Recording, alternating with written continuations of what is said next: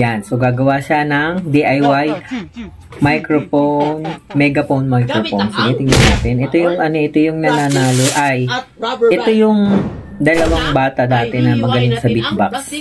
So gagawa sila, okay? Pinabilis, sige. So, ito natin yung mukha niya, recycle. Susunod magaw, lalagyan natin ng plastic. Dapat mahigpit yung paglagay. At syempre, gagayahin natin yan.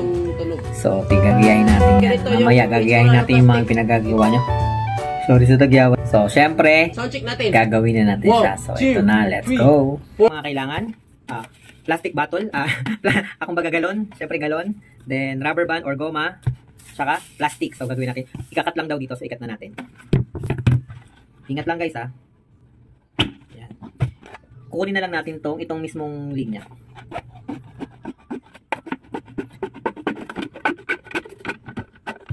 So, ayan. Tatanggal na natin. Ang kailangan lang natin na ito diba? So, tabi mo natin to, recycle. Tanggalin lang natin yung takip, tinanggal yung takip. At, lalagyan na ng plastic. Siyempre, goma o rubber band. Lagyan natin.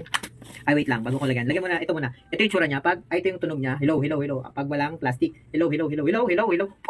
Kahit anong gawin mo. So, ito na. Lagyan natin siya ng plastic. Sabi, kailangan mahigpit.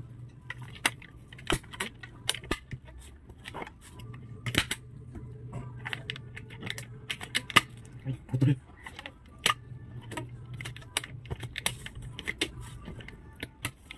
Then, tanggalin lang natin itong mga excess.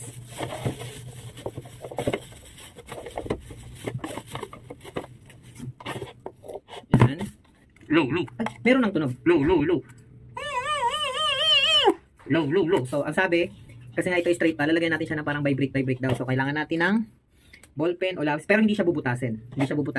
Kumbaga, lulubugan lang natin. So, let's go. Lubugan na natin.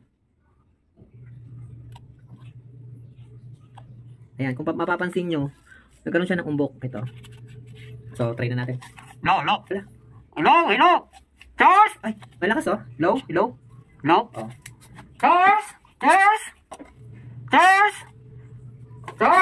Charles! Rinig na rinig. Malakas no? Charles!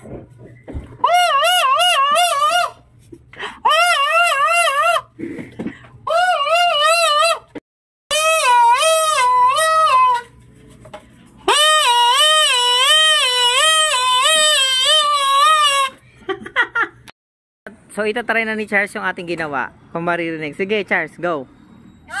Ah?